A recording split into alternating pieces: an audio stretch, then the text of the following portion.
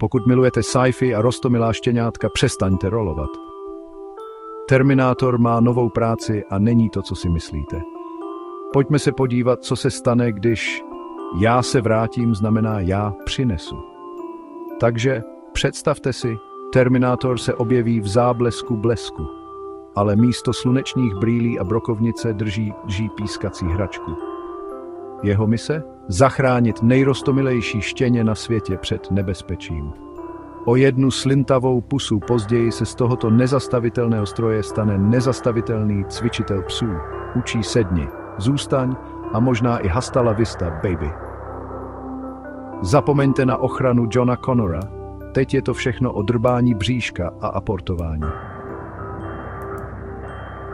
Jen si představte T-800 ve škole pro štěňata. Každý povel, následovaný robotickým hodný pes. Budoucnost je v bezpečí, štěně je šťastné a jediné, co dnes končí, je nuda. Kdo věděl, že soudný den skončí vrtěním ocasu?